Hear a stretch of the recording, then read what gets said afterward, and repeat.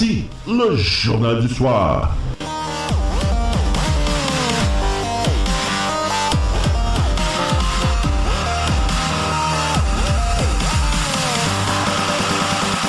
Et voici vos animateurs.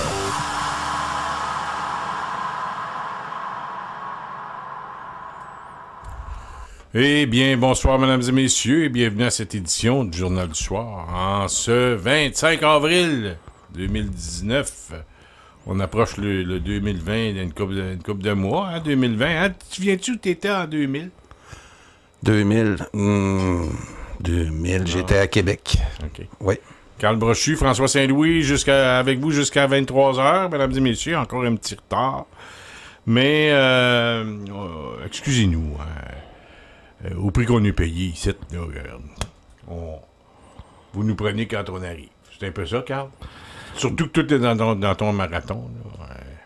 Écoute, on a eu une belle émission de on sport a demandé tantôt. de l'argent, puis le monde nous en donne pas. Fait que, regarde, vous allez nous prendre quand on va arriver. Non, mais j'ai fait la demande tantôt, juste avant la pause de mon émission. De Puis, oui, il y en a qui nous ont... j'ai un Jasmin là, qui a dit qu'il nous enverrait un 20 $. Ah, c'est donc, bon, c'est bon. Oui. Si tout le monde faisait ça, là,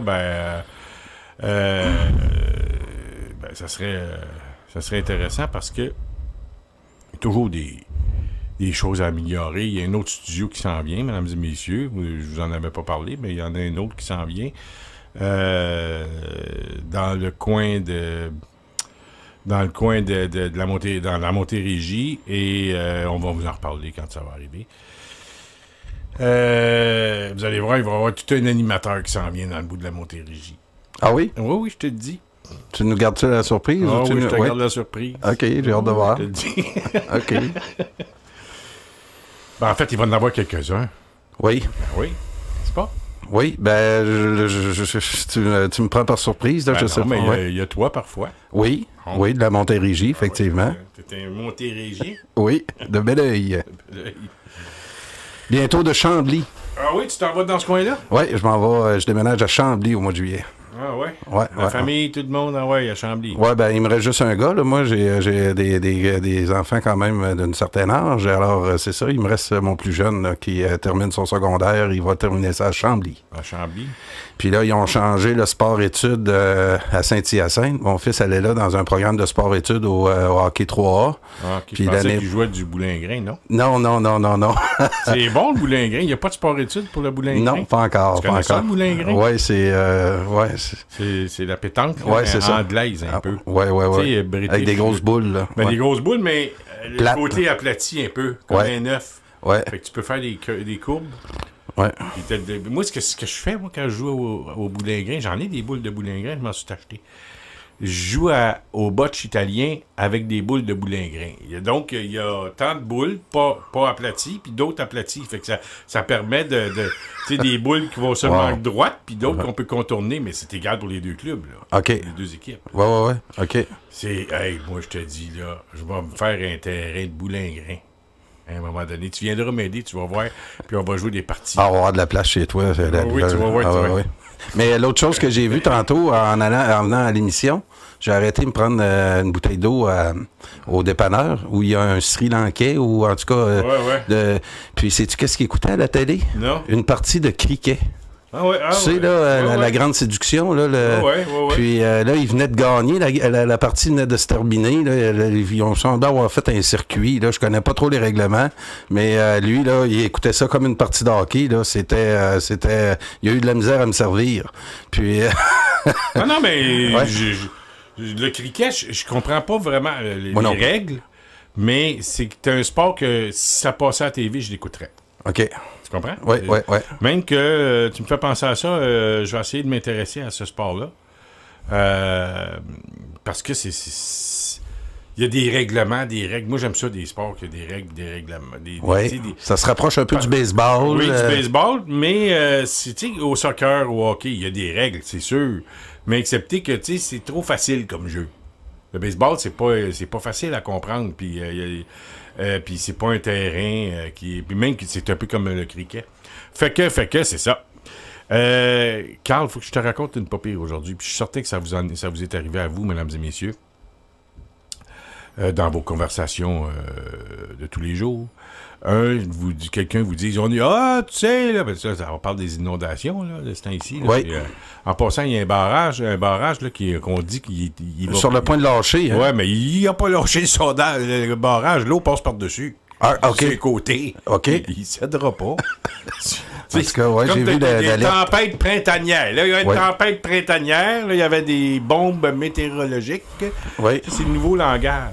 Oui, puis on a vu M. Trudeau sortir. Là, ah, hein? ouais, il a sorti les boulamites. Il est venu poser des poches de sable. On l'a vu. Ça a vraiment aidé les gens de Gatineau. Là. Ah ouais. C'était un aide extraordinaire. Lui, son rôle, tu sais quoi? C'est de trouver du monde. Pas d'aller le faire. C'est comme un premier ministre qui va faire son épicerie. Il n'y a pas d'affaire à aller faire son épicerie, le premier ministre, tu comprends? Il n'y a pas le temps d'aller faire l'épicerie. Il est le patron de 8 millions de Québécois. Il n'y a pas le temps d'aller faire l'épicerie, tu comprends? Oui, puis j'ai vu aussi, il y a quelqu'un qui a fait un mème avec la face de Justin Trudeau, puis le Spongy, là. Son déguisement, mais non, il était pas trop déguisé. Il était pas déguisé en poche de sable. Mais il a quand même pris le temps de retrousser sa chemise. Il y avait les manches repliées, puis il avait l'air à travailler fort. Vraiment, ça fait des belles images. Ah oui, ben ça fait des images. On est habitué, mais je pense que ça marchera plus. Ça. Ben, c'est ça. Ça fait qu'aujourd'hui, je jasais avec quelqu'un, puis il me disait, ben là, tu sais, on a bien moins de neige qu'avant. Il n'y a plus de neige. Oui. On n'a plus de neige. Comment ça, moins de neige qu'avant? Où t'as pris tes chiffres? Ouais. Hein? Où t'as pris tes chiffres pour dire qu'il y a moins de neige qu'avant? Ouais.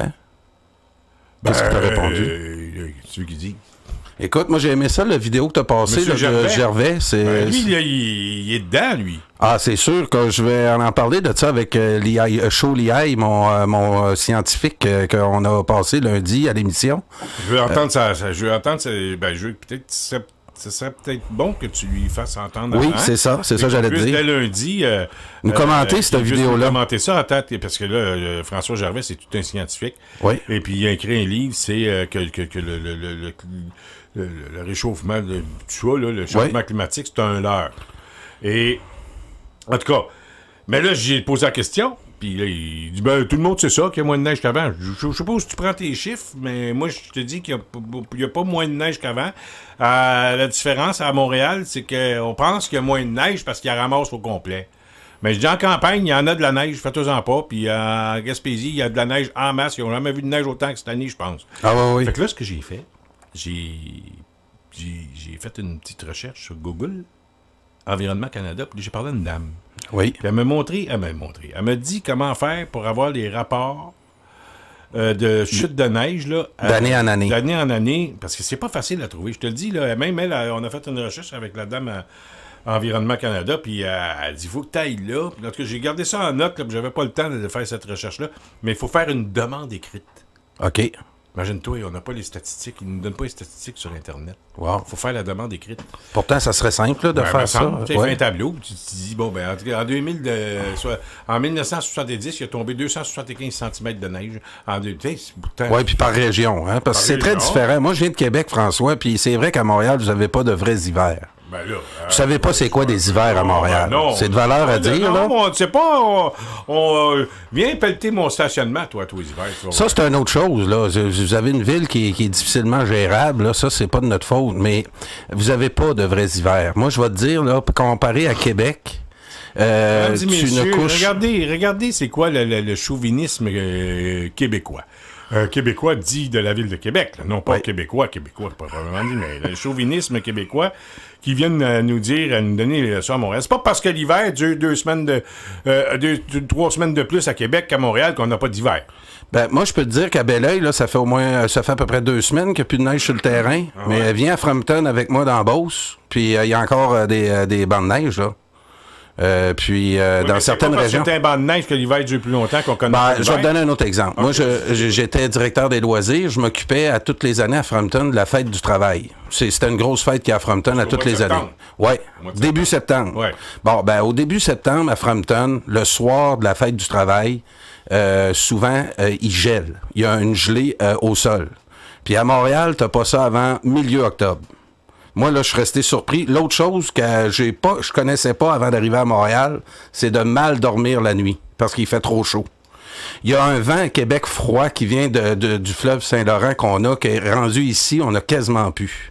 Des nuits là à Montréal qui fait plus 27, pas une goutte de vent. Il y en a plusieurs dans l'été ici. Tandis qu'à Québec, on va te dire, les journées que tu as de la misère à dormir la nuit, tu peux les compter sur les doigts d'une main. Puis, je suis d'accord avec toi, là, quand le gars il dit, ouais, il y a beaucoup moins de neige. Puis, qu'est-ce qu'on a essayé de faire aussi dans les médias, d'exploiter toutes les catastrophes naturelles comme étant qui ont un rapport avec le réchauffement climatique. Comme là les embâcles à Rivière-Chaudière, là, oubliez ça, là, Beauceville, ça déborde à tous les années. C'est la configuration de je l'ai dit, la rivière Chaudière est à serpente. Donc, la glace, ça s'accumule dans les croches, excusez-moi l'expression, puis ça fait des embâcles, puis ça crée des inondations. Donc, ça, c'est pas nouveau, voyons. Puis c'est ça que on est fatigué, parce que il y a une industrie en arrière de ça. Hein? Il y a des gens qui tirent de l'argent de cette peur-là qui développe, que la fin du monde s'en vient, puis que au Québec, là, la question environnementale, on s'en préoccupe depuis plusieurs années. Notre modèle d'énergie, de production d'énergie est aussi exemplaire dans le reste du monde. Mario Dumont avait un commentaire cette semaine. Il dit, là, on félicite que New York ait choisi l'énergie verte du Québec. Puis les environnementalistes se pètent les bretelles là-dessus, mais Mario Dumont a bien fait là, de préciser que c'est surtout pas grâce aux environnementalistes si on a un surplus d'énergie à offrir à nos voisins. Puis c'est le fun aussi de voir ça, par contre, que nos voisins du Sud, les Américains, qui sont pas aux prises avec la politique là, de la péréquation, puis à l'intérieur, le Canada anglais qui vit des rivalités avec sa population du Québec francophone. Les États-Unis, eux autres, voient pas ça de cet œil-là, puis ils vont selon leurs intérêts. Puis l'intérêt de New York actuellement, qui veut se donner un côté vert, c'est de choisir l'énergie du Québec. Fait que ça, là, on s'est fait refuser par le maire le premier ministre de l'Ontario, l'idée de leur vendre nos surplus. Ben c'est le maire de New York là, qui a pris la balle au bon puis qui va faire affaire avec nous autres. Puis là, oubliez pas ça, là, le gouvernement du Canada doit signer toute entente de vente d'énergie à l'extérieur. Puis la loi C-69 là, qui va avoir le contrôle de tout là. Donc ça va être encore un argument là, de se détacher de l'emprise du gouvernement fédéral. Ça va nous donner encore un exemple là, que le fédéral n'a pas d'affaires là-dedans. Puis ça va être juste un... Ouais, mais le fédéral ne peut pas bloquer la vente. Et puis on se posait la question si c'était 300 millions ou 10 milliards à l'émission. C'est 10 milliards. Ouais, ben, donc Yvon avait raison. Fait que là, la péréquation là, de 13 milliards, qu'on en paye le quart, qui est l'équivalent de plus de 9 milliards. Puis oublie pas ce que je t'ai dit, François. Il y a déjà du pétrole qui passe sur le territoire du Québec. Fait que prends le 9 milliards qui reste là de la péréquation qui supposément nous donne, puis calcule ça là, par le nombre de barils qui passent actuellement sur le territoire québécois. Tu vas voir qu'on sera pas loin du 20$ du baril qu'on charge pour passer sur d'autres territoires dans le reste du monde. Donc, arrêtons là, la péréquation, là, ça c'est une chose qu'on va se donner comme devoir, François, dans les 2 prochaines semaines. Je vais faire venir M. Nantel jeudi prochain s'il est disponible, puis je veux qu'on recompte comme il faut la péréquation au monde pour qu'on puisse démystifier comme il faut que le Canada nous a jamais fait de cadeau. Il faut vraiment le réexpliquer au monde, ça, parce que on le entend trop souvent encore là dans nos médias que le Canada nous fait des cadeaux à toutes les années là pour c'est vraiment tout le contraire. Puis c'est l'Alberta là qui va remettre ça en question dans les prochaines semaines. Puis avec l'élection fédérale, quel beau débat qu'on va avoir. Le rapport d'impôt unique. Il y a plein de choses là qui vont avancer pour se libérer de cette fédération-là. Tranquillement, on va prouver l'inutilité de ce ordre de gouvernement-là. On se demande, là, on se pose des questions. Entre autres, on dit on voudrait diminuer le nombre de conseillers sur l'île de Montréal, mais on pense jamais aussi de réduire le gouvernement fédéral. Les 325 députés, là, t'enlèves ça demain matin, là, tu verras pas de différence, toi pis moi, sur ton quotidien. Donc, il y a plein là d'idées d'essayer de nettoyer notre système politique d'éléments inutiles. Puis le gouvernement fédéral en fait partie. Bien, c'est évident que quand tu amènes le contrat puis disons la sanction, le C69? C69, ouais. C'est une loi canadienne qui oblige les... Ben ça existe déjà, hein. Tu sais que le gouvernement... On peut pas vendre d'énergie, d'électricité à l'extérieur sans l'accord du Canada. La même chose pour l'Alberta. Puis c'est l'énergie, là, c'est fédéral. Là, il y a toujours eu un litige entre le fédéral puis le provincial là-dessus. Puis c'est encore une fois là, de l'énergie complètement gaspillée. D'aller mettre un autre joueur dans cette entente-là. On est assez grand au Québec pour prendre nos ententes avec l'État de New York sans avoir le chaperonnage d'Ottawa. Ouais, t'imagines que si Ottawa refusait la vente? Hein? Ça serait merveilleux en même temps, là, merveilleux dans le sens que il nous faut notre indépendance. On vient de prouver juste avec ce contrat-là 10 milliards que c'est l'équivalent de la péréquation. Puis on le répète avec Jean-Jacques Nantel en géopolitique que nos intérêts sont pas vers l'Ouest canadien. L'Ouest canadien, à travers notre histoire, c'est nous autres qui avons payé pour les développer. Ça nous a coûté cher pour un rêve canadien qui voulait pas devenir américain. C'est les loyalistes, c'est du monde qui ont voulu rester avec la couronne britannique, avec ses privilèges britanniques. Puis le Canada est né de ça aussi. Entre autres, là, le vidéo de Benjamin Tremblay. T'as-tu vu ça, la vidéo de Benjamin Tremblay sur les années 1837 jusqu'à la naissance du Canada? De quelle façon est né le Canada? J'ai pas vu celle-là. Benjamin Tremblay, écoutez ça, je l'ai mis sur ma page Facebook aujourd'hui. Ça dure 6 minutes. Ça fait comment les Anglais là, ont mis le feu, le débat entourant l'incendie du Parlement à Montréal. Comment M. Lafontaine, un jeune politicien de l'époque qui représentait la majorité française qui venait de se faire écraser par l'armée britannique pendant la révolte des Patriotes, comment ce gars-là a été brassé parce qu'il voulait l'indemnisation des Patriotes. Il y a des Anglais qui ont été chez eux pour le pendre. Après toutes les exactions qu'ils ont faites de 1837-38, puis ensuite, ils nous ont pendu nos patriotes, nos leaders. Les Anglais n'en avaient pas assez. C'est spécial de voir le racisme des Anglais. Ce que Benjamin Tremblay expose dans cette vidéo-là, c'est vraiment une chose à répéter. Ça vient, entre autres, là, nous rassurer par rapport au message qu'on a eu de Mélanie Joly, qui essaye d'interpréter l'histoire d'une drôle de façon, ben d'avoir des gars comme ça, Benjamin Tremblay, il est pas payé par l'État canadien, il y a pas il y a pas de financement du CRTC, lui il fait ça dans sa cour chez eux, il demande des dons comme nous autres pour essayer de faire valoir de l'éducation populaire. L'éducation populaire, puis il l'a fait très bien, Benjamin Tremblay, félicitations. Oui, exactement, puis je pense qu'il travaille, je sais pas s'il travaille tout seul, mais il y a une petite équipe en arrière de lui. C'est pas très gros malgré tout. C'est extraordinaire ce qu'il fait comme travail. Là. C'est même, je dirais, phénoménal. Parlant d'un 25 avril, Carl, ben, c'est un 25 avril, justement, tu en as parlé tantôt. C'est un 25 avril 1849 qu'il y a eu l'incendie du Parlement à Montréal. C'est aujourd'hui même. Ah oui, puis il parlait de ça. On est en 2019, ça fait combien de temps, là? Fait calcul vite, 1849. 1949, ça fait 100. 2049, puis là, on enlève 170 ans. Ouais. 160 ans. Ben oui, le Canada, ça fait 150 ans, puis c'est né. Ces événements-là ont fait naître le Canada. Les bases du pouvoir sont nées, puis le Parlement a abouti à Ottawa.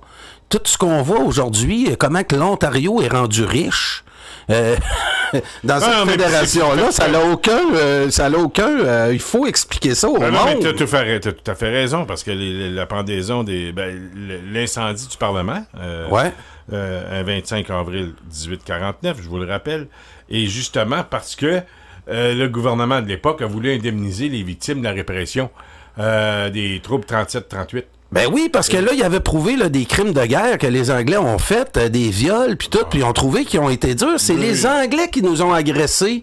Notre voix, là, les patriotes, quand Couillard nous dit que ça représente la violence, puis qu'ils ont voulu adopter le côté de la violence pour faire valoir leurs points, c'est pas vrai. C'est les Anglais qui nous ont attaqués en premier. On a regardé la voie politique puis démocratique tout le long. C'est ça qui les a fatigués, puis c'est ça qui les fatigue encore aujourd'hui. C'est cette relent-là qu'on voit avec le maire Stenberg. Ce qui est fatigue, Carl, c'est qu'on existe. C'est ça qui est spécial, puis c'est ça que j'espère. Puis René Lévesque s'en désolait beaucoup. Comment on peut nier ça? Il y a nous autres, là, c'est pas pire à soir, on s'en parle entre convaincus. Mais puis parce qu'on connaît une partie de notre histoire. L'intervention de Mélanie Joly, là, pour sa clientèle, elle, là, pour eux autres, c'est certain, là, ils se sont pas posé de questions. Puis John A. MacDonald, c'est un grand Canadien. Ils l'ont mis sur notre argent. On y voit la face sur nos 10 piastres à tous les jours. Puis, on sait pas qu'est-ce que ce gars-là a fait dans l'histoire canadienne par rapport aux francophones. Comment ce gars-là, comment les Anglais qui ont fondé le Canada avaient des principes très rétrogrades vis-à-vis de nous autres. C'est Falardeau qui nous a mis sur cette piste-là aussi. C'est Pierre Falardeau, moi, que je me rappelle, je l'avais écouté à un moment donné dans un discours qu'il a donné. Il nous parlait de comment les Anglais avaient exploité leurs colonies à travers le monde. Puis, c'est Falardeau le premier à nous avoir dit que le Canada est né des restants de la répression des patriotes. Le Canada est né suite à les Anglais nous ont mis dans notre trou. Puis on dit c'est vraiment spécial comment on a utilisé la force, puis comment on a édenté tous nos politiciens. Le Québec a jamais eu son mot à dire dans ce pays-là. C'est pas dur à comprendre, ça, que on essaie d'être Canadien sur des mythes. C'est ça aussi que Marie Massé puis René Ricard a prouvé dans son livre, ce que le Canada ne vous dira jamais. C'est ce que Normand Lester a sorti dans ses livres, l'histoire du Canada, Canada, le livre noir du Canada. Donc, l'information, on l'a, François. Comment ça que les gens nient ça? Pourquoi des gens comme toi puis moi disent « Ah, c'est pas grave, c'est du passé. » C'est assez facile à comprendre, Carl. C'est que la politique n'intéresse pas tout le monde. C'est une minorité. Quand je dis une minorité, ça intéresse beaucoup de monde, la politique, mais il y a différents niveaux disons, d'intérêt. C'est-à-dire, il y a des gens qui un petit peu, d'autres qui aiment ça d'en jaser beaucoup, beaucoup, beaucoup, et d'autres qui ne vivent que pour ça. Ben, que pour ça, on s'entend. Ouais. Là, on n'est pas loin de ça, toi puis moi. Oui, c'est ça, mais on ne vit pas que pour ça, mais ça prend une maudite grosse place dans notre vie. Là, alors, ouais. Non, mais c'est vrai. Là, pour faire de la radio à tous les soirs, 2 heures par soir. C'est ce qui m'anime, François. Oui, ben un instant. Là, si tu n'avais pas de radio, là, si tu faisais pas de radio à tous les soirs, Carl, là, tu ferais d'autres choses, là, mais ça serait dans l'organisation politique. Là, c'est sûr. C'est évident. Là. Puis... des fois, nos conjointes, ça les dérange peut-être un petit peu, mais ils nous acceptent comme ça. En tout cas, dans mon cas, ils m'acceptent comme ça, puisque, qu'est-ce que tu veux? C'est la même chose. Ben, je te dis. Elle m'a connu, elle avait 18 ans, puis c'était comme ça. Ça fait 30 quelques années, c'est comme ça. C'est ce que je te dis. Elle me connaît, là, puis elle sait que je décrocherai pas. Tu sais, je veux dire, des militants comme nous autres, il y en a plein qui nous écoutent ce soir. On s'entend, là? Oui. Puis comme Yvon Gay, là. C'est un ancien chevalier de l'indépendance de Rédu-Chartrand, Yvon Gay, là. Ah oui. C'est un militant de... Ça fait pas 2 ans qu'il milite, Yvon, là. Et puis qui fait de la recherche pour Radio Infocité. Ça fait 5 ans à peu près qu'il est en recherche à la radio. Et puis, du monde comme nous autres, il y en a plein. Prends Claude Veilleux, prends David Leroux, prends Mathieu Bock-Côté. Je me compare pas intellectuellement parlant à Mathieu, puis à David, puis à Claude. Mais moi, tu sais, je suis pas un intellectuel, je suis plus un organisateur, tu sais, quelqu'un qui va organiser des choses, tu sais, mettre en place un organigramme, puis j'aime ça faire ça. Fait que c'est pas pour moi une corvée, tu comprends? Oui. C'est plaisant, mais excepté que j'essaie de mettre l'utile à l'agréable. Et puis, ben, je pense qu'aujourd'hui, en 2020, là, on est quasiment rendu là, ben, les médias qui roulent pas pire, c'est des réseaux sociaux. Puis tu me parlais de Benjamin Tremblay. C'est ça, Benjamin? Oui. Ça joue sur Terre. Ben, c'est quoi, 5-6 minutes? 6 minutes, je le lis ici. Oui. Là, on va le faire entendre. Ah oui, j'aimerais ça. Parce que c'est... moi, je l'ai pas entendu, mais cette capsule-là, mais j'en ai entendu bien d'autres. Et puis, ça concerne... en tout cas... les premiers mois, c'est ce que tu disais, les premiers mois de l'existence du Canada, qui a été un mélange de haine, de violence, de racisme. Puis c'était un épisode qui de Benjamin Tremblay qui nous présente cet épisode qui est troublant. Écoute, puis quand il dit, là, voici un épisode troublant de notre histoire dont on tente d'effacer les traces, c'est ce que Mélanie Joly fait. Quand elle dit que John A. Macdonald est un grand Canadien, elle parle de l'historiographie du Canada anglais. C'est l'autre affaire aussi qu'il faut réaliser. C'est FX Garneau qui a été le premier historien du Québec, puis c'est ce que Laure Durand nous avait dit, qu'on était un peuple sans histoire. Ben là, c'est plus le cas. Puis l'histoire que Mélanie Joly essaie de nous... oui, mais c'est une idiote. Mario Beaulieu arrive et il pose une question concrète. Ah oui, puis elle l'a même pas compris. Concrète cette semaine. Là, ben, peut-être, je pense qu'elle l'a pas comprise, la question, mais peu importe, même si elle l'avait comprise. Ouais. Okay? Elle dit, hier, c'était l'anniversaire de la reine, 93 ans, je crois. Ouais. Puis on l'aime beaucoup, puis on tient, il a souhaité bonne fête hier, mais on tient à réitérer nos vœux d'hier. C'est-tu comme ça qu'on aime une Québécoise du côté du Canada anglais? Une belle petite fille qui dit oui, puis on l'aime, puis Puis moi, je suis d'accord avec toi. Quand tu m'as fait écouter ça cette semaine, quand tu disais que c'était un geste de provocation du côté des Anglais. Ben là, tout de suite après, ceux qui se mettent à chanter en arrière, là, c'est vraiment pour... ça s'adressait aux membres du Bloc québécois, les 10, parce que le reste de la Chambre des communes ont chanté God Save the Queen. Et pour nous, là, pour Mélanie Joly puis son groupe si elle faisait l'histoire de ses grands-parents puis tout ça, jamais qu'elle dirait une affaire de même. Faut manquer d'honneur un peu aussi, François. Et tu peux pas plaider l'ignorance. C'est une pétasse. Et c'est... écoute, j'oserais pas pétasse, dire... là, puis ça s'adresse autant à un gars qu'une fille. Là. Ah oui. Trudeau, c'est une pétasse. Oui. Faire de la politique différemment. Puis là, le Globe and Mail cette semaine qui a sorti que mon Justin Trudeau avait une liste par rapport aux... nomination des juges. Ouais.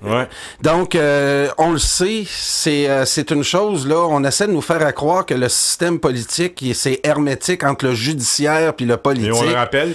Sauf pour le Parti libéral puis le système canadien. Et on rappelle, mesdames et messieurs, que 25% des juges qui ont été nommés par Ottawa étaient des donateurs. Généreux donateurs du Parti libéral. Puis oublie pas. Du Canada.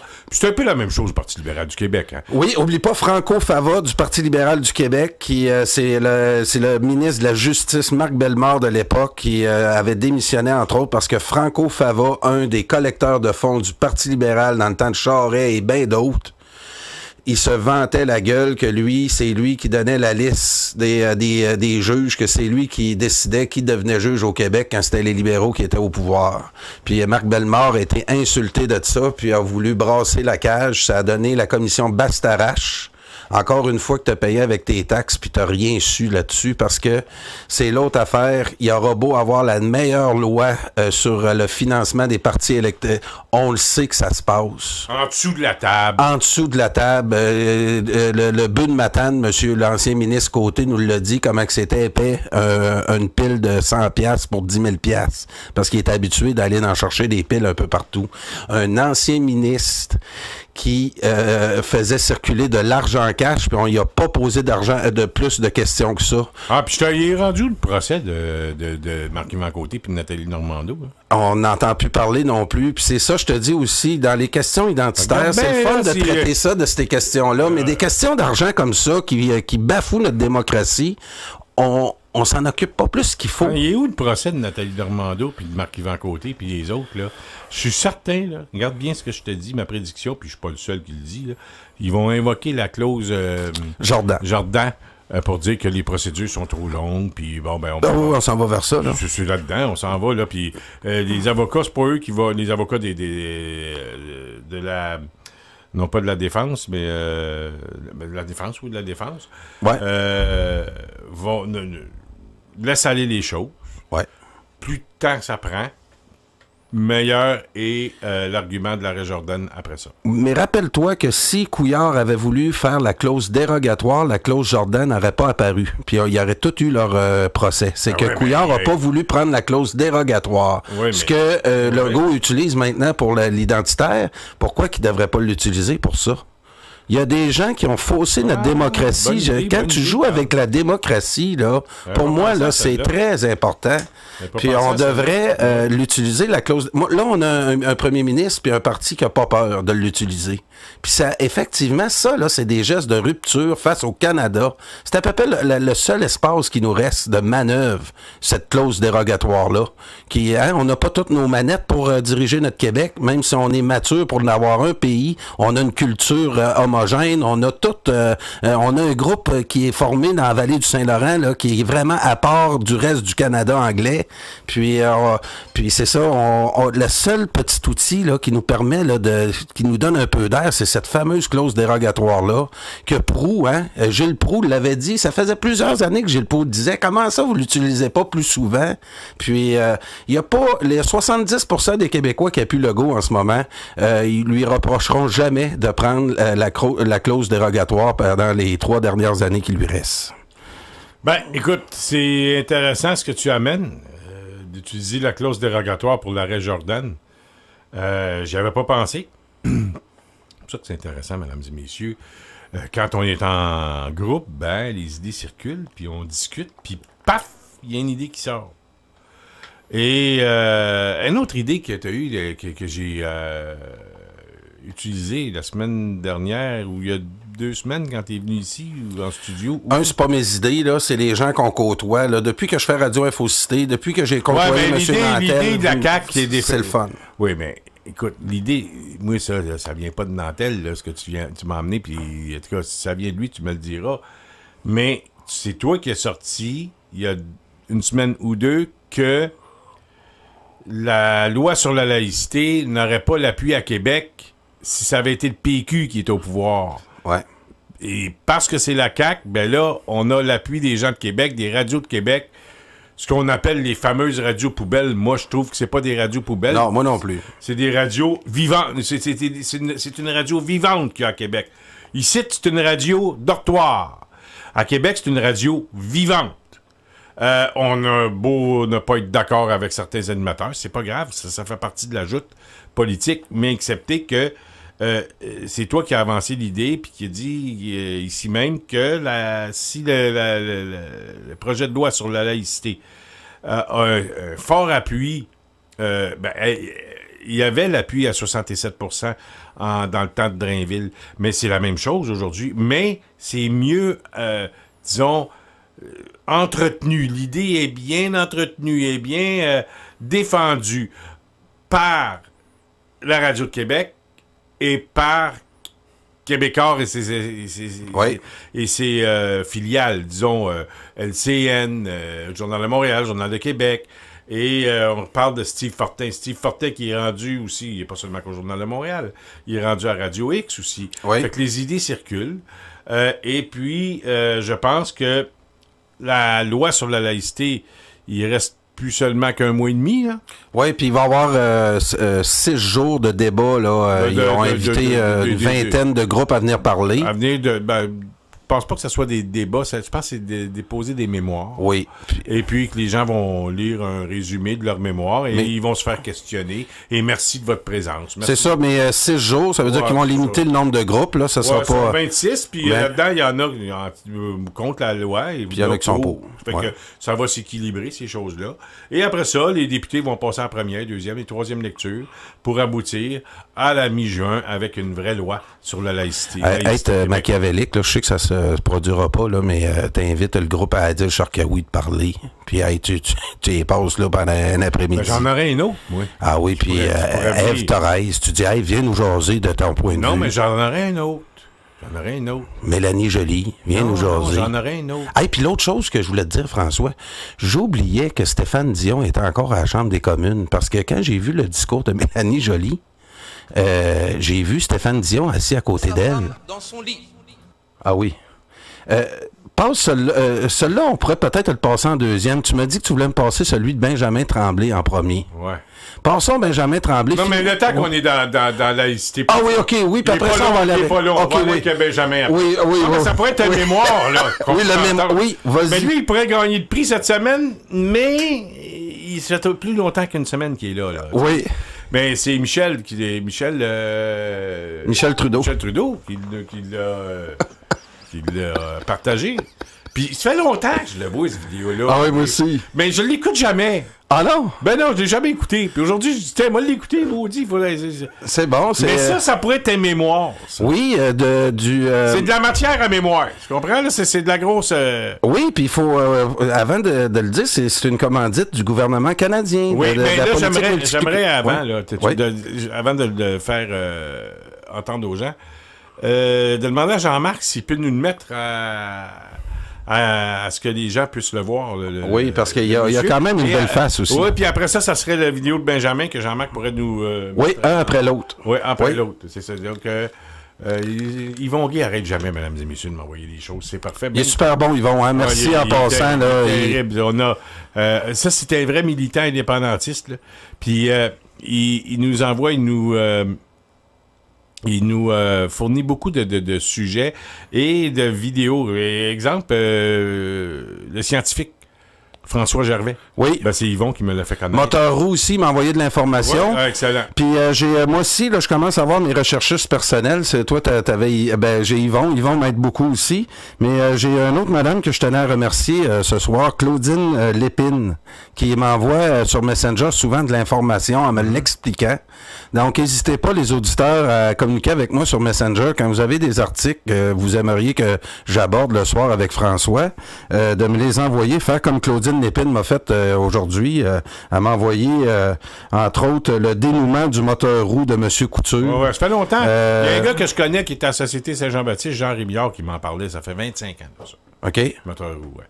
Passant, autre information venant d'Yvon, à la recherche. Oui. À ce jour, il s'est écoulé plus de 3 ans depuis la mise en accusation de Mme Normando. Puis M. Côté. M. Côté. Marc-Yvan. Le but de Québec.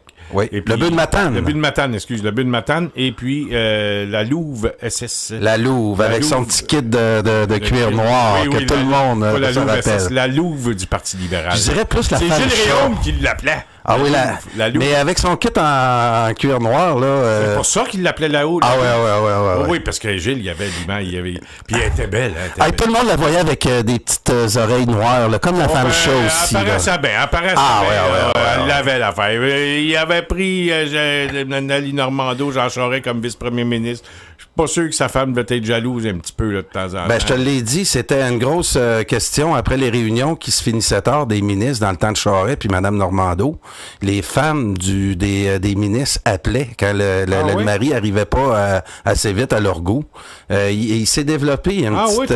Oui. Nathalie Normando a frappé l'imaginaire, pas juste des auditeurs de Radio Infocité. Ah, ben, oui, je comprends. Là. Puis arrête de l'accuser dans le financement des partis politiques. Il y en a une qui nous l'a dit à Sainte-Foy, une madame, dans une entrevue à Radio-Canada. Ça se peut pas. Elle nous l'aurait dit si elle avait fait de quoi de croche. Nathalie? Ouais, une belle femme de même, elle peut pas être malhonnête. Je comprends pas que le monde lui intente des procès.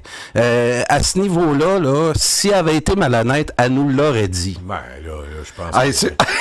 Non, mais j'avais ri parce que dans le temps qu'il y avait eu... Non, mais écoute, là. Hey. Oui, elle l'avait dit, la dame à Radio-Canada. Ah, ce que j'avais ri de ça, moi. C'est comme si les gens qui fraudent, à un moment donné, vont te le dire. C'est ça qui est toute la difficulté là, de poigner les politiciens.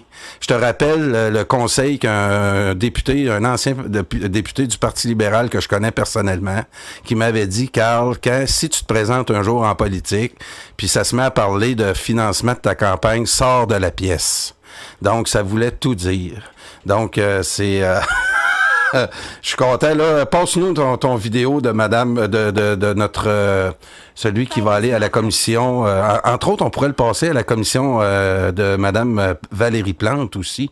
Son fameux congrès qu'elle veut faire, là, sa consultation sur le racisme systémique.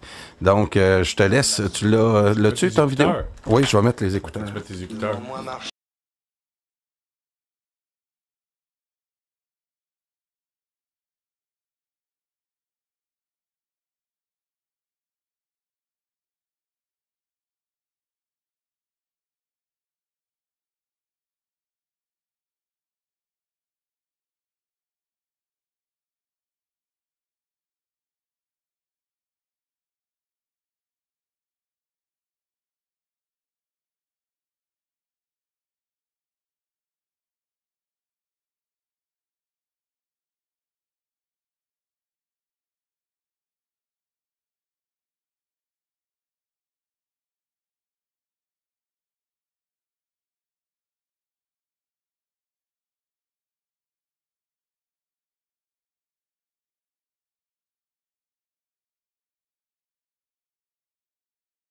On écoute ça.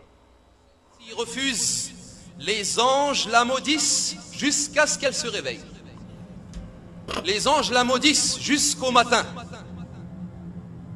Et combien d'hommes se plaignent aux gens de science et aux imams de ce problème que les femmes refusent lorsque les maris les appellent. Nous ne disons pas que ceci est de la soumission. Mais Allah Jalla wa Ala a mis cela comme ordre afin que tout se passe bien dans le couple. C'est lorsqu'elle sera respectueuse que tu seras honoré, qu'elle ne lui coupe pas la parole lorsqu'il parle et qu'elle n'élève pas sa voix sur lui et qu'elle l'écoute lorsqu'il s'adresse à lui et qu'elle lui obéit lorsqu'il lui ordonne des choses et qu'elle le préserve en son absence et qu'elle se lève et qu'elle se précipite vers lui lorsqu'il arrive et qu'il rentre à la maison. Et le droit de ton époux sur toi passe avant le droit de tes parents sur toi. Malheureusement, qu'Allah les guide, beaucoup de mères rentrent dans les affaires du couple et veulent alors défendre leur fille. Nous disons, la mère vertueuse et intelligente ne défend presque en aucun cas sa fille, même si sa fille a raison. Pourquoi? Afin de lui enseigner la patience et le fait de ne pas se mettre en colère sur son mari, même si elle a raison et même si le mari a tort. La femme ne doit pas, la mère ne doit pas la défendre, mais elle doit lui dire de revenir vers son mari et de s'excuser et de se corriger. Et si la femme refuse, elle n'a pas refusé à l'homme en réalité, ni aux parents de l'homme, mais elle a refusé à Allah, car elle est soumise à l'ordre d'Allah. Et c'est Allah qui a informé cela. Un homme n'appelle pas sa femme à son lit et qu'elle refuse sans que celui qui est dans le ciel as-sama, c'est-à-dire Allah, sans que celui qui est dans le ciel as-sama soit en colère contre elle jusqu'à ce que soit satisfait d'elle son mari, c'est-à-dire jusqu'à ce qu'ils se réconcilient. S'ils ne se sont pas réconciliés, Allah est en colère contre elle. Sache, ya amat Allah, que la satisfaction d'Allah est dans la satisfaction de ton mari et que la colère d'Allah est dans la colère de ton mari. La femme et l'épouse n'aura accompli le devoir qu'elle a envers son Seigneur que lorsqu'elle aura accompli le devoir qu'elle a envers son mari. La considération de la femme envers son mari, comme les gens ont une considération envers leur roi ou leur gouverneur. Et bravo, mon homme, t'es capable, lâche pas, c'est toute une prêche, c'est extraordinaire comment il y a des gens qui ont la parole facile, et je pense que ça a été vu à 642 218 vues, ça a été vu 642 000 fois, mesdames et messieurs. Et j'en reviens pas comment... Aujourd'hui, il faut que je vous raconte quelque chose. J'ai fait entendre ça à quelqu'un. Pas au complet, là, parce qu'à un moment donné, c'est assez. Là. Et il y avait une dame qui était là, qui était expérimentée, qui vient d'un pays d'Afrique, et une jeune Québec solidaire. Et je fais entendre ça. Et la jeune de Québec solidaire me dit, voyons donc, c'est une farce que tu me fais là. Arrête donc, là, arrête ça. Là. La dame l'africaine nous dit, la regarde, elle dit, c'est pas une farce. C'est vrai, c'est le même. Elle la regarde, elle dit, tu penses? Elle dit non, c'est pas une farce, je te dis, c'est comme ça.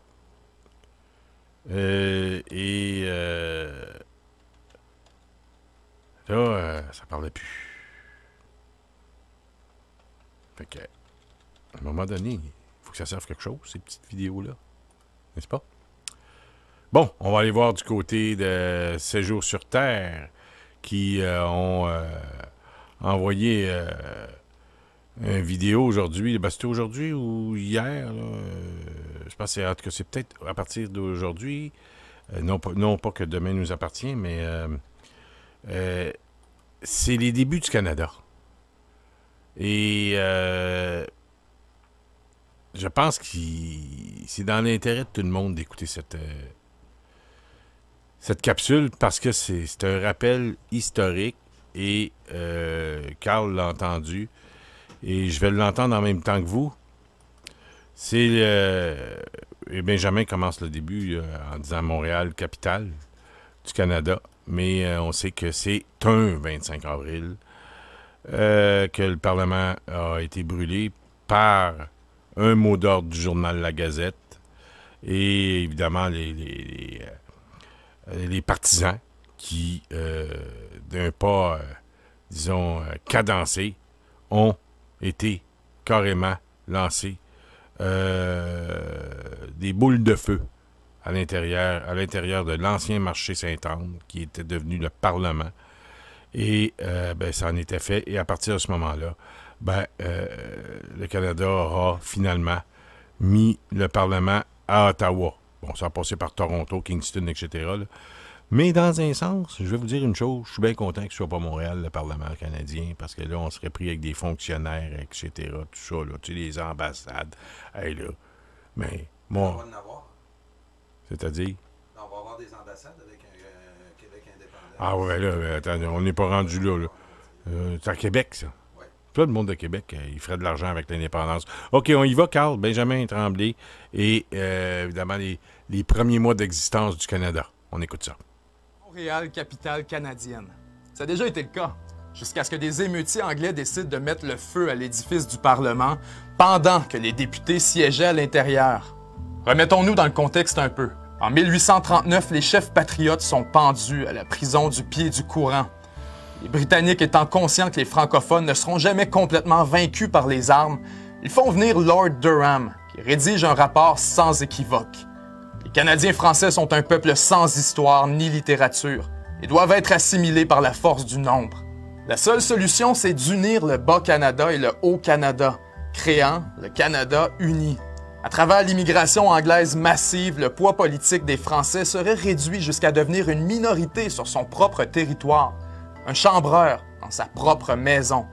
Et c'est ainsi que les Britanniques décident de fonder le Canada uni en 1841, unissant les dettes, même si celle du Haut-Canada était plus de 12 fois supérieure à celle du Bas. Pendant la guerre des Patriotes, les milices anglaises sont d'une cruauté sans borne avec les habitants. Ils brûlent les fermes et les villages, violent les femmes et punissent les paysans. Peu de temps après, quand la guerre finit, les Anglais eux-mêmes avouent avoir été trop loin et des victimes commencent à réclamer des compensations pour les pertes encourues. Après des années d'acharnement, un comité du Parlement accepte finalement en 1845 d'évaluer quel est le montant des réclamations éligibles. Ils arrivent à un chiffre autour de 241 000 livres britanniques. Quand ils apportent le rapport au Parlement, ce dernier ne va autoriser que 9 986 livres. Pour les francophones, c'est une insulte. La réponse ne se fait pas tarder. À l'élection, ils envoient pour les représenter ce qui était à l'époque l'équivalent d'une rockstar politique, Louis-Hippolyte Lafontaine. À seulement 34 ans, c'est le plus jeune Canadien français de l'histoire à avoir été premier ministre. À son tout premier discours, il entre dans la légende en s'exprimant en français, ce qui était formellement interdit par les Anglais. Le français devient alors la norme pour tous les députés francophones. Immédiatement, le ton monte au Parlement sur l'enjeu des compensations. Les Anglais refusent catégoriquement de payer un sou à des traîtres, des rebelles. C'est rien de moins qu'une insulte à la couronne britannique. Quand William Blake dit que ce sont les Anglais les vrais traîtres, puisque ce sont eux qui ont trahi les principes démocratiques, les choses dégénèrent. Le député de l'opposition John A. Macdonald, futur premier ministre du Canada, père de la Confédération, ne le prend pas. Il fait passer une note à Blake dans laquelle il le provoque en duel. Oui, ce genre de duel-là. Les deux hommes sortent à l'extérieur d'un seul coup, mais sont rattrapés par les gardes. Quand une indemnisation est finalement approuvée le 25 avril 1849, le journal The Gazette appelle à l'émeute. Anglais, vous devez vivre pour l'avenir. Votre sang et votre race seront désormais votre loi suprême. Le soir même, ce sont plus de 1400 émeutiers anglais qui sont rassemblés sur les champs de Mars et qui prononcent des discours de protestation. Après un moment, un pompier du nom de Alfred Perry monte sur l'estrade et s'écrie « Le temps des pétitions est révolu.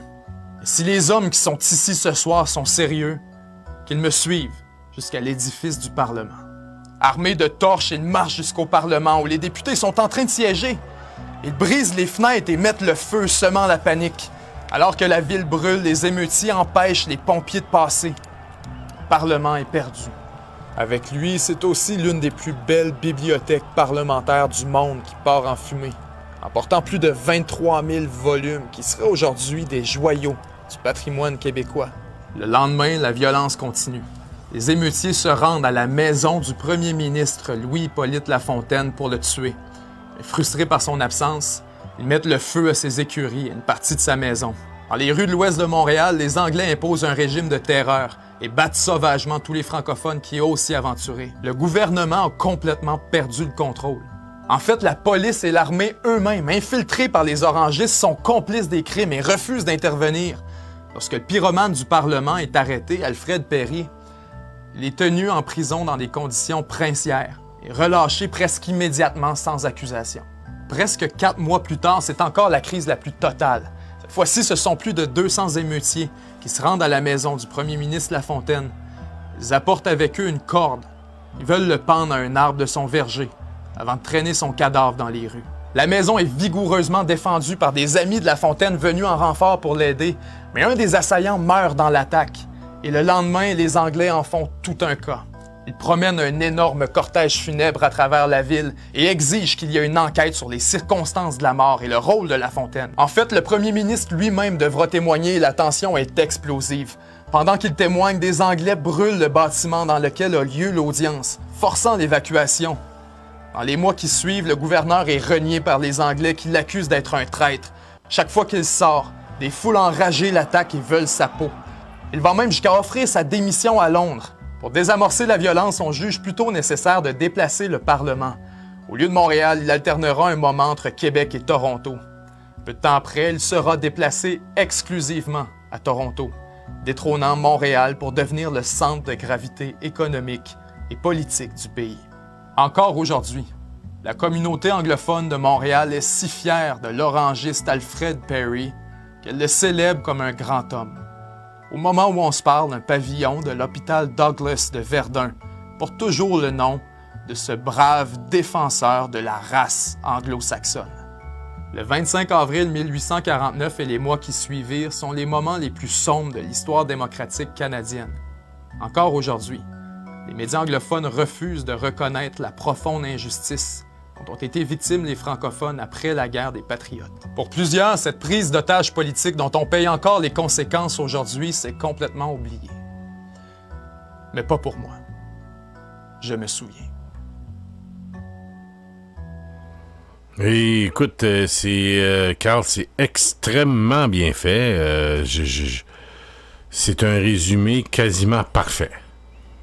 Et à l'instant même, je partage sur mon Facebook parce que c'est trop bien fait. Et félicitations encore une fois à Benjamin Tremblay et toute son équipe qui ont produit cette capsule qui résume les débuts du Canada. Bon, écoute, on sait qu'il y a eu aussi la bataille des Plaines d'Abraham, sont arrivés ici en sauvage, là. Mais ça s'est continué, hein, parce qu'on sait que les troupes 37-38, c'est pas si longtemps après ce qu'on appelle la conquête, là. C'est 70 ans après. Oui. On parle de 1759-60, disons, là. Ben, c'est 77 ans, 37-38, mais ça commençait avant, les 92 résolutions, etc. Fait que il y a des gens qui, s'il y avait une personne là, qui, je l'ai déjà dit, qui avait vécu assez longtemps, donc quelqu'un qui arrive là puis qui vit 90 ans à l'époque, c'est possible. Oui. Hein? On s'entend? Il a vécu la conquête et les Patriotes. Oui, il a vécu la conquête. Mettons qu'il avait 10 ans, là, la conquête, puis il habitait Québec, puis il se pousse de Québec parce que ça se bombarde. C'est sûrement arrivé des gens qui se sont sauvés de la ville de Québec, qui sont plus jamais revenus, sont allés plus vers Montréal, peut-être, ou dans les campagnes avoisinantes. Oui. Ben, un petit gars de 10 ans entend les bombes, là, puis qui vit jusqu'à 90-95 ans, ben, 77 ans plus tard, lui, il a 87, puis il est dans la région, supposons, du Richelieu, ben, où c'est qu'il habite, mettons, Saint-Charles, Saint-Denis, ou Saint-Eustache, plus au nord de Montréal, bien, ou à Montréal même. les élections qui ont été organisées avant les troubles 37-38, il y a eu des morts sur la plage au quartier. Il y a des gens qui ont pu voir les deux. Ouais. C'est pas si lointain que ça. Et je peux te dire qu'aujourd'hui, là, il y a peut-être des petits-fils vivants encore. Puis tu vas me dire, tu pousses loin, François, là, mais qui ont vécu que leurs grands-parents ont fait la guerre des Patriotes en 1837. C'est possible. Parce qu'un jeune de 20 ans en 1837 qui vit jusqu'à 1900, jusqu'en 1900, puis qui a un enfant, et puis que cet enfant-là, il est né vers 1898-1900. Mon grand-père est né en 1899, mon grand-père. Oui. Fait que ça aurait pu arriver qu'un vieux, là, en 1898, fasse un enfant, possible, mais là, il fait des enfants jusqu'à sa mort. Puis qu'on ait aujourd'hui un petit-fils de patriote 37-38. C'est évident qu'il y en a des petits-petits-fils de vivants. Ça, c'est sûr. Ça. Fait que ils sont vieux, là, tu vas me dire, ils ont peut-être 70 ans. Pas vieux, 70 ans, là, mais c'est pas jeune, là, on va dire.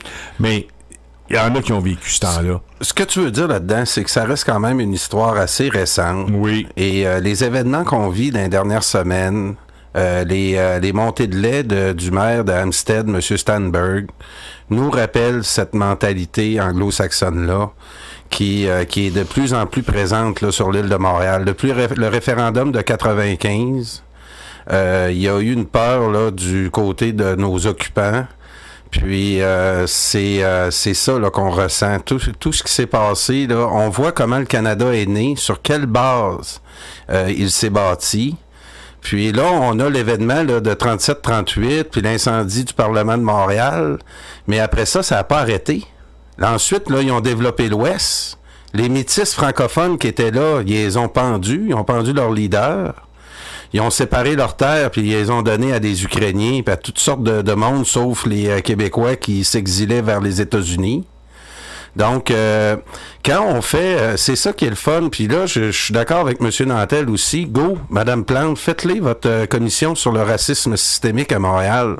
On va vous en présenter des vidéos comme ça qui vont faire ressortir là, la vérité. Puis c'est là aussi que, dans ma formation d'historien à l'Université Laval, il nous parlait tout le temps aussi que l'histoire appartient aux gagnants. Puis oui, c'est vrai qu'à la conquête, on l'a perdu. Puis on nous a brûlé le Parlement de Montréal, quand il est brûlé, oublie pas ce qu'il dit dans la vidéo, il y a 25 000 volumes là, qui ont brûlé, qui pourraient servir à notre histoire. C'est une des choses que font les occupants quand ils veulent remplacer une population, c'est d'effacer leur histoire. Puis c'est ce que Valérie Plante essaie de faire, c'est ce que Québec solidaire essaye de faire, c'est ce que le Parti libéral du Québec puis du Canada essaie de faire. Puis on nie toutes les injustices qu'on a vécues comme francophones dans ce pays-là, le Canada. Puis on en vit là aujourd'hui, puis on s'est habitué à ça. C'est ça aussi là qui ressurgit là dans les dernières semaines avec le débat sur la laïcité. C'est que par la bande, on défend notre spécificité en Amérique. Puis sans parler d'indépendance puis de séparation. C'est François Legault là, qui porte le ballon. Puis ça peut quand même, c'est drôle, mais ça peut nous mener vers ça, de mieux informer notre population que le pays qu'on a tant idéalisé depuis le référendum de 95, toutes les manigances que fait le fédéral depuis ce temps-là, puis en font depuis de 260 ans. Donc c'est Parizeau qui disait, hein, plus on enseigne l'histoire, plus on forme d'indépendantistes. Puis c'est ça aussi qui est le fond de mon engagement politique, c'est de faire honneur à nos ancêtres qui ont su résister à tout ça. C'est ça qui est beau de voir de notre nation québécoise, c'est qu'elle a passé à travers de grosses épreuves qui ont complètement démantelé leurs élites, qui pourtant avaient un message très démocratique, la violence fait pas partie de notre histoire. On s'est fait violenter à plusieurs reprises, puis on n'avait pas un mot à dire. C'est pas nous qui contrôlons notre destinée, c'est ceux qui nous ont conquis en 1760. Puis le Canada, ben c'est la suite de ça. Puis c'est le résultat démographique le donne. Là, il dit aussi dans son, ils nous ont minorisés. C'est Laure Durham. C'est le seul rapport qui n'a pas été tabletté de l'histoire canadienne, puis qu'ils l'ont appliqué. Puis c'est ce qui m'enrage là-dedans, c'est que c'est le Canada aujourd'hui aussi qui ont essayé de nous faire apparaître comme étant la modernité, que c'est vraiment un modèle qui est le plus meilleur pays au monde. Puis ils essayent de faire du Canada en oubliant toutes sortes de volets sales comme ça qu'on nous présente. C'est important ça de le rappeler à la population, puis il faut pas considérer la nouvelle génération, c'est pas du tout ce que nos leaders ont dit à notre population dans les années 60-70, il faut le répéter. Il y a un travail d'éducation à faire là, sur notre nation qui a pas été fait, qui a été négligé. Moi, je milite beaucoup pour des équipes Québec parce que je pense que ça, gratuitement, on va pouvoir...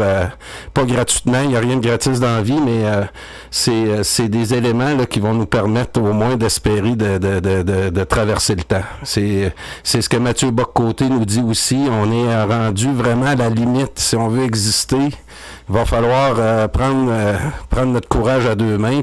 Puis c'est drôle, hey, je suis en train, c'est ça que je voulais te dire, François. J'ai écouté sur Netflix l'histoire de Cuba. Mm-hmm.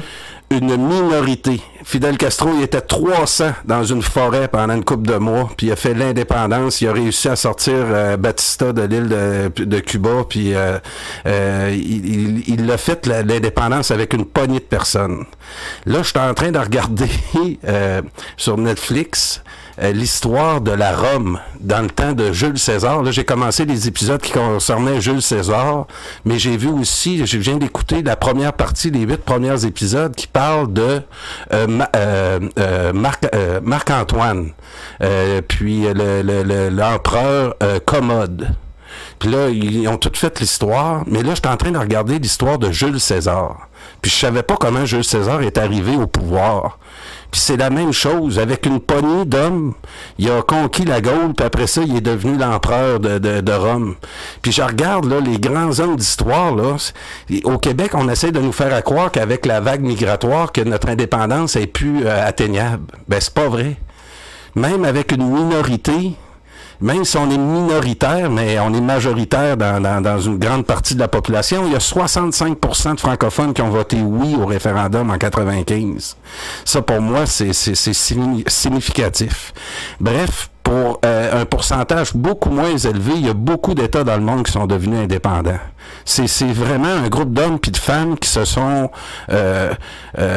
arrêtés puis ont essayé de réfléchir sur une stratégie pour parce que c'est difficile en ce moment. C'est pas nous autres qui menons les journaux, on n'a pas ça, on n'a pas le sport, on n'a pas il va falloir être original puis il va falloir avoir des gars là, ou des femmes vraiment solides. Ah, c'est évident, il faut qu'ils soient solides puis il faut qu'ils soient imaginatifs puis il faut qu'ils soient d'excellents communicateurs parce que pour ramener le peuple québécois à une fièvre, disons, nationale et puis qui est, disons, une fierté qui est là, c'est latent tout ça, là, mais accepter qu'il faut, disons, nourrir cette flamme.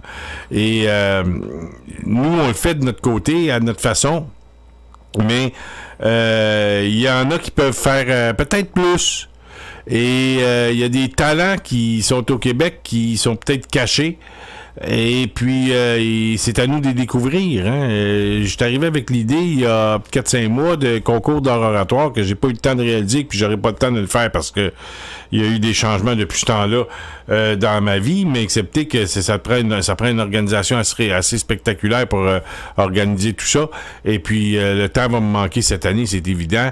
Tu connais les raisons, Carl. Oui. Et je suis en train de déménager, et puis il n'y a pas seulement que toi qui va déménager, Carl, mais ce qui fait que ça demande beaucoup, beaucoup de temps. Et mais il faut que tout le monde mette disons, du temps puis de l'énergie et tu sais le petit Benjamin. Ouais, la capsule de Benjamin Tremblay, là. Ça là, ça feste. Oui. Ça fesse dans le dash, comme on dit. Ah oui. OK? Et puis, ça demande pas, disons, beaucoup de temps pour les gens là, qui veulent peut-être s'arrêter 2 minutes. Mais il s'agit de dire... Tu sais, comme j'ai fait avec le capoté que j'ai fait entendre tantôt, là, l'imam, là, ben, c'est cette petite minute et demie-là, je sais pas combien ça a duré de temps, mais une minute et demie, 2 minutes, là, 2 minutes maximum, là, j'ai même pas besoin de me rendre jusqu'au bout, là, ben, ça a fait prendre conscience à une jeune fille que, c'est ça leur affaire. OK, là, je commence à comprendre, là.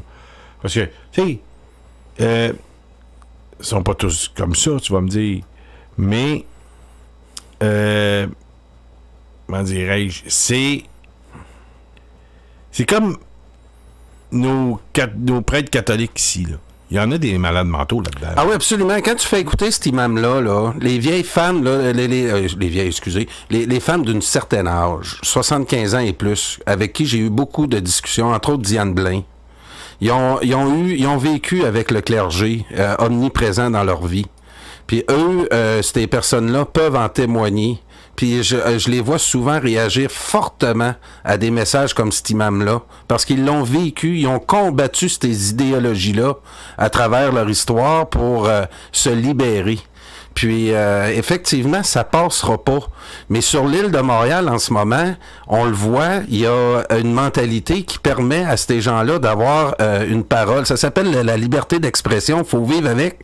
Mais c'est ça aussi, là. Faut quand même leur donner la possibilité de parler. Ève Thorez, Valérie Plante, Justin Trudeau.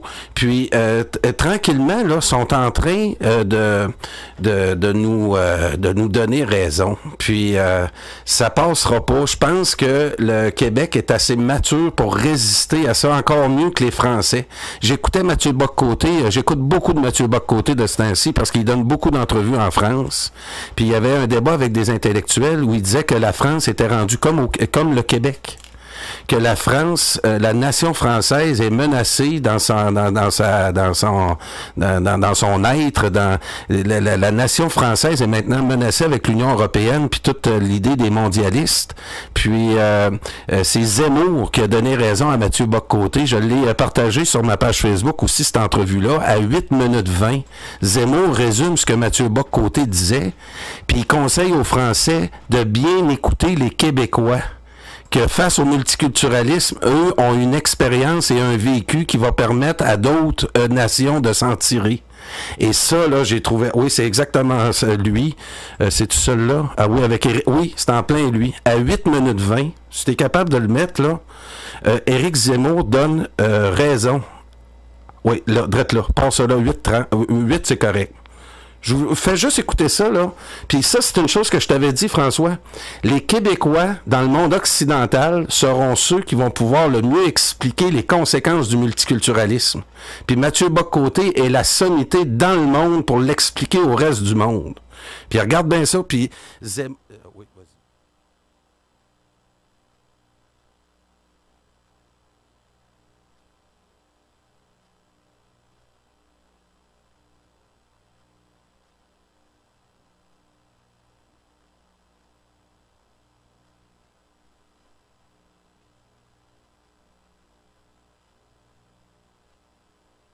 Faudrait que je l'envoie sur l'autre ordinateur, Carl. Je vais essayer de faire ça à l'instant. Puis pendant que tu vas pendant que tu arranges ça, là, je veux juste vous dire, cette entrevue-là, là, il a donné ça fait une couple de jours, mais c'est très intéressant. Zemmour, là, on l'écoute souvent, hein, parce qu'il est très controversé en France, mais je me serais attendu aussi qu'il essaye d'ostiner Mathieu Bock-Côté pour avoir l'air plus brillant, parce qu'il y a un petit côté hautain, Zemmour, mais non. Regardez le respect qu'il y a vis-à-vis la pensée de Mathieu Bock-Côté. Écoutez ça. Pour l'instant, on ne voit pas encore très bien les lignes directrices et probablement, il y a des oppositions au sein de la droite sur un certain nombre de thèmes. Moi, je voudrais m'adresser à M. Bock-Côté en lui posant une question qu'on posait beaucoup à un moment, c'est un peu passé de mode. On demandait toujours d'où tu parles, enfin d'où vous parlez en l'occurrence. Et là, vous parlez du Québec. Et le Québec, vous y êtes né, vous avez fait votre apprentissage politique, intellectuel, donc Oui, et puis vous êtes pétri. Non, mais c'est l'éducation. Donc vous êtes pétri des réalités québécoises. C'est-à-dire que pour m'en tenir à deux thèmes, le multiculturalisme ou la souveraineté, ça se pose au Québec de manière un peu particulière. Donc ça peut paraître étonnant que le meneur, le leader d'un grand parti de droite, Laurent Wauquiez, même si vous n'êtes pas son conseiller, s'inspire de vous, s'inspire quand même de quelqu'un qui a réfléchi à partir d'une situation très différente de la France. Les Québécois sont en situation de minorité culturelle et linguistique. On sait que ça fédère la pensée des intellectuels québécois. Alors, vous avez tout à fait raison. Je me permettrai deux nuances, cela dit. La première, c'est que la question du multiculturalisme, oui, trouve au Canada son laboratoire. Oui. Le multiculturalisme a été pensé à l'origine pour programmer la neutralisation du peuple québécois, ce qui n'est pas un détail. Mais la question du multiculturalisme ne s'enferme plus aujourd'hui dans le cadre canadien. Et de ce point de vue, elle se pose un peu partout en Occident. Et si on prend au sérieux la question du multiculturalisme, on peut voir qu'il y a un modèle canadien, il y en a d'autres aujourd'hui, mais qui ne portent pas toujours ce nom. Et je pense que la contribution que j'amène dans le débat quelquefois, c'est chercher à voir de quelle manière le multiculturalisme est plus qu'une idéologie vague, mais aujourd'hui provoque presque un changement de régime, une transformation de notre rapport à la démocratie.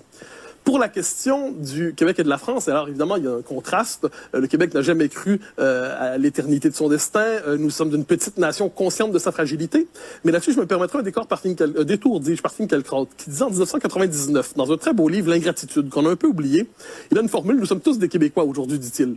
Pourquoi dit-il cela? Parce qu'il dit, dans un monde marqué par la mondialisation, marqué par la redécouverte de la fragilité des nations, même les nations qui se croyaient grandes se découvrent à leur manière petite, c'est-à-dire fragiles, au sens de Kundera, c'est-à-dire elles sont conscientes de leur précarité. Il se pourrait que les nations qui redécouvrent aujourd'hui, sous le signe de la mondialisation, de l'immigration, du multiculturalisme, de la dissolution des repères de civilisation, il est possible que cette question de la fragilité de la nation ne soit plus une exclusivité québécoise ou croate ou slovène ou ainsi de suite. Il se peut qu'une nation comme la France, à tout le moins on constate qu'une nation comme la France se pose de telles questions aujourd'hui. Ensuite, je ne prétends pas être conseiller de quoi que ce soit, mais je constate que des thèmes qui sont importants chez nous le sont aussi chez vous. Si je puis me permettre, je vais même prolonger la réflexion de Mathieu Bock-Côté pour lui dire qu'il faut même aller plus loin. Je pense non seulement le Québec a quelque chose à nous dire, mais le Québec et le Canada font notre avenir et sont notre présent. Qu'est-ce que c'est que le Québec? C'est comment on détruit un peuple avec l'immigration.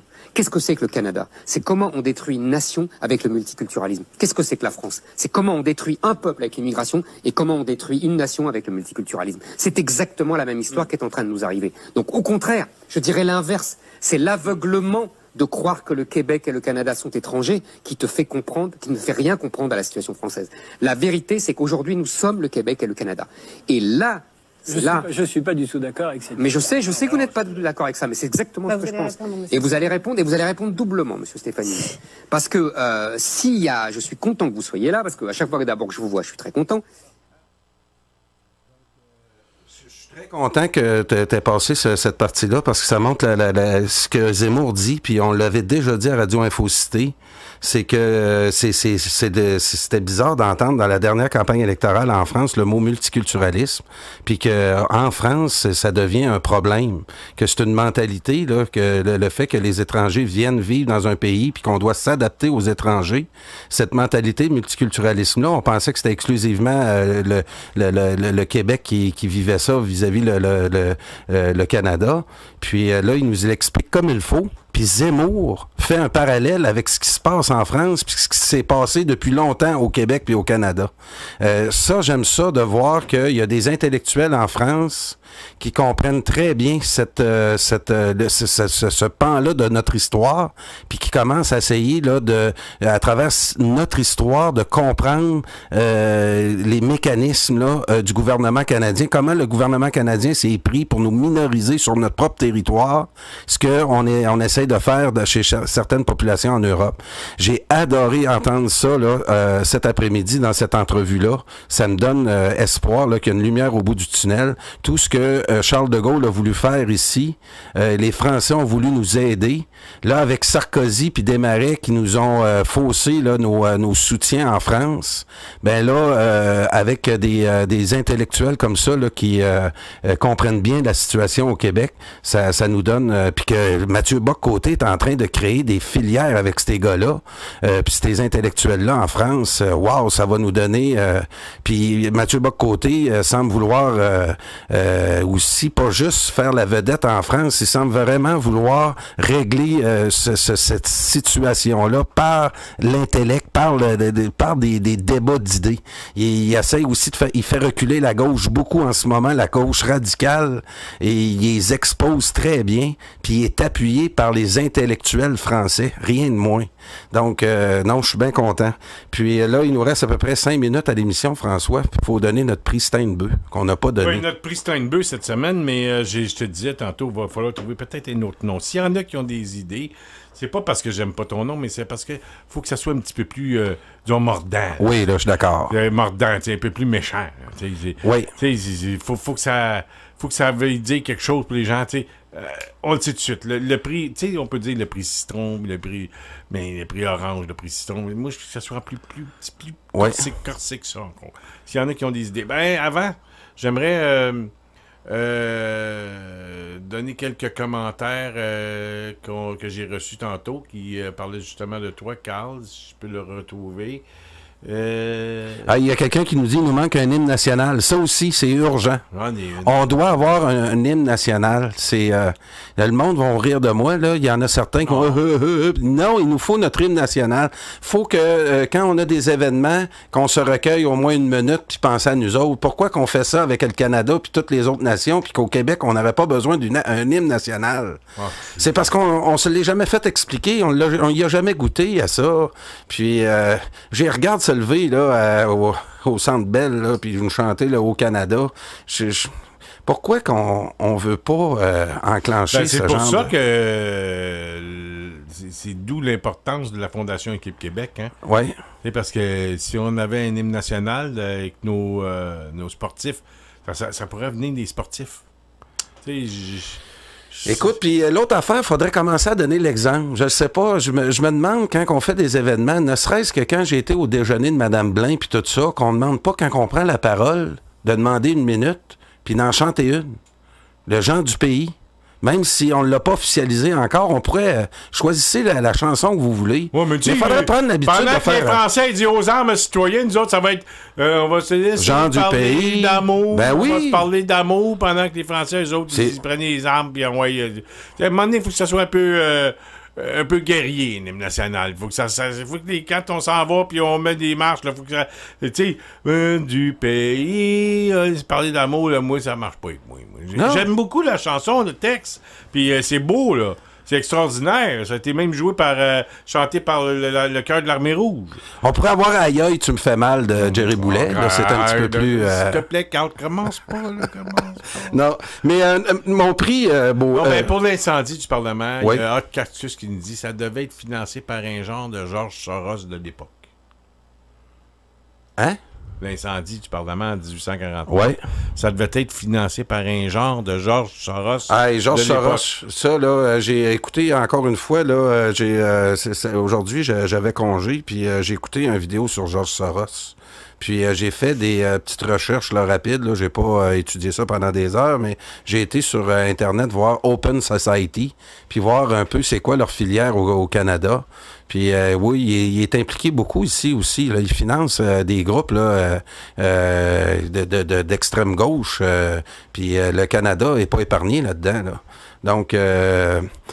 Georges Soros. Mais là, je voulais donner mon prix. Moi, j'en connais un hymne national par cœur. Mais... Oui, vas-y. Mais je suis pas un bon chanteur. Non, OK. Je vais te la chanter une autre fois. OK. Non, c'est beau. Il faut que je fasse une vocalise. OK. Donc, moi, mon prix Steinbeu cette semaine. OK. On va dépasser quelques minutes, là. Parlant de gens du pays, c'est qui dit vrai nous dit. On dirait une chanson pour endormir un enfant ou chanter Bonne fête. Sans enlever la beauté de la chanson, ce n'est pas une belle chanson prestigieuse avec orchestre comparée à celle de la Russie. Il faut parler de notre histoire. André Couture nous dit qu'il faut parler de notre histoire dans cet hymne. Et quelques-unes des paroles de gens du pays, mais pas cette chanson-là, non. Mais moi, ça serait plutôt, là, demain, c'est un jour qui commence. Demain, les ruisseaux vont chanter. Demain, c'est un jour qui commence. Demain, les ruisseaux vont chanter. C'est qui chante ça? En arrosant le sol immense qui couvre le fleur de l'Elysée. Demain, par-delà nos montagnes, l'écho pourra répéter. par les villes et par les campagnes, le chant de notre liberté. Depuis notre plus tendre enfance, on nous apprend à vénérer les héros de la Nouvelle-France, les Papineaux de Lormier-Chénier. Même si cette histoire est belle, nous ne devons pas oublier que l'histoire du Québec est celle que nous allons nous fabriquer. Demain, c'est un jour qui commence. Et ça va comme ça. Wow, merci. C'est-tu pas pire? Oui, vraiment, là, je pense qu'on peut... on peut bâtir là-dessus. Mais je veux pas avoir un grand débat là, sur la chanson qu'on va choisir. C'est juste ça que j'ai peur. C'est que si on n'en prend pas une qui existe déjà, puis qu'on en met une, je pense qu'il y avait eu un projet avec Jacques Parizeau à l'époque, puis comment il s'appelait, là, notre joueur de piano là, avec la couette, là, qui fait les... il fait au jour de l'an tout le temps une affaire là, pour les pauvres à Montréal, là. Comment il s'appelle, ce chanteur-là? Ah, Dan Bigra. Dan Bigra. Il y avait eu un projet là, pour faire écrire un hymne national. Je sais pas qu'est-ce que ça allait donner. Ça l'est, ton attention? Demain, c'est un jour qui commence. Demain, les ruisseaux vont chanter. En arrosant le sol immense qui couvre leur brisée. Demain, par-delà nos montagnes, l'écho pourra répéter par les villes et par les campagnes le son de notre liberté. Depuis notre plus tendre enfance, on nous apprend. C'est bon quand même, ça. Oui. Ça dure combien de temps? Les héros de la Nouvelle-France, les Papineaux de Lormier-Chénier. Même si cette histoire est belle, nous ne devons pas oublier que l'histoire du Québec est celle que nous allons nous fabriquer. Demain, c'est un jour qui commence. Demain, les ruisseaux vont chanter. En arrosant le sol immense. Regarde bien la fin. Qui couvre le fleur de l'Isée. Demain, par-delà nos montagnes, l'écho pourra répéter par les villes et par les campagnes le chant de notre liberté.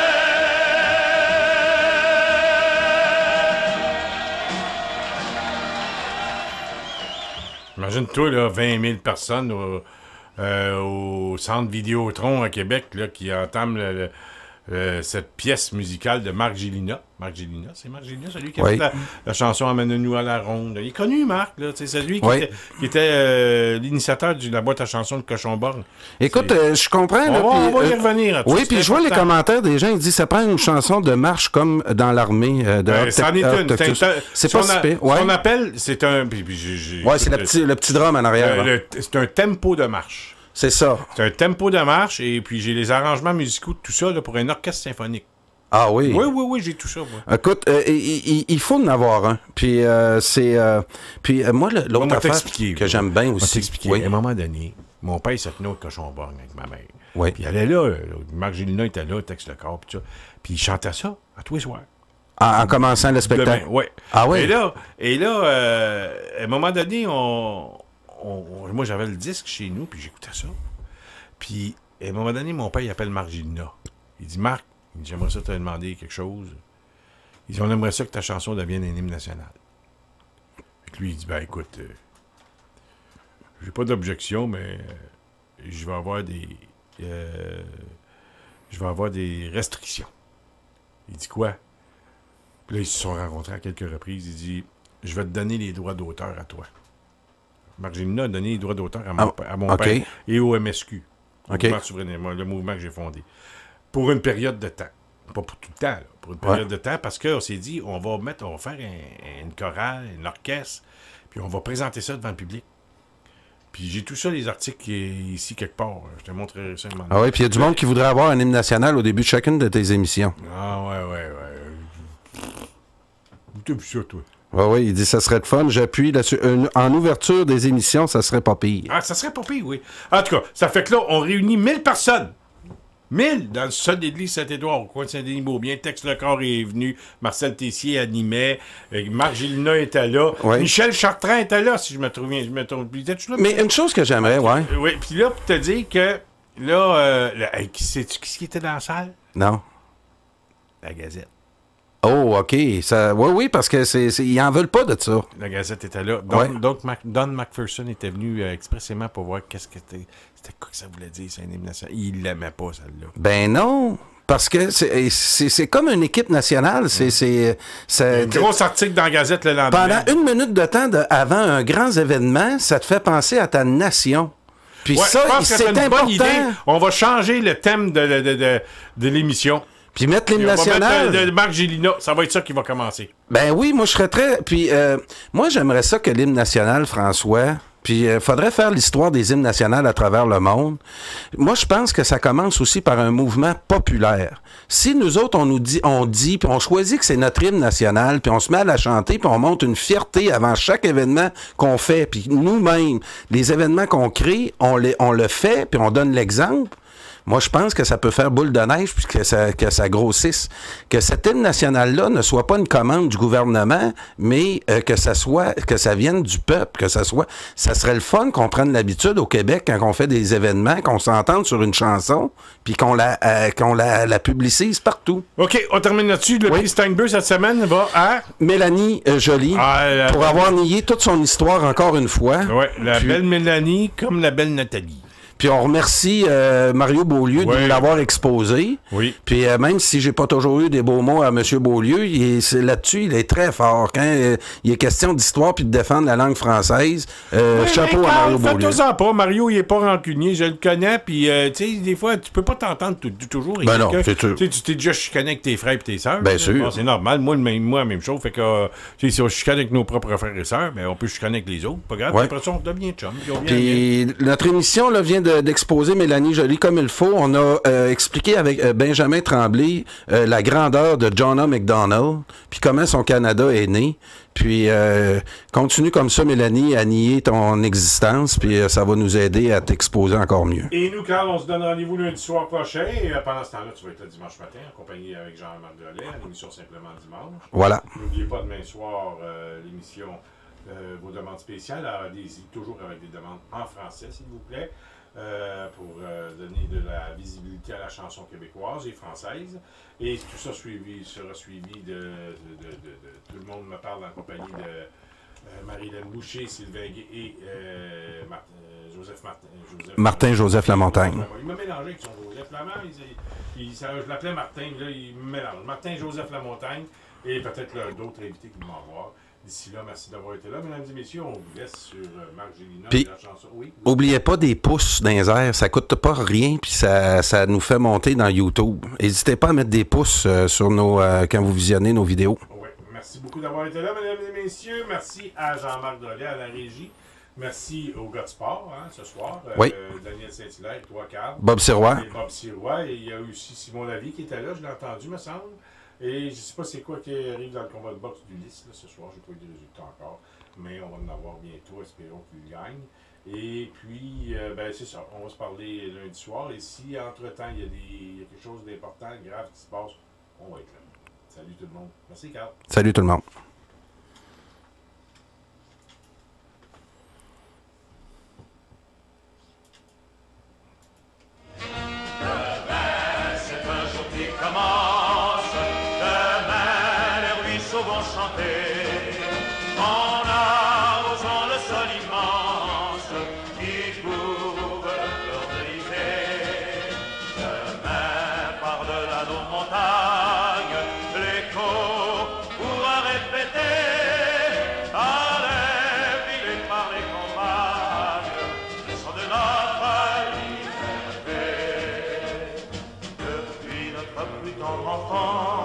On nous apprend à rêver.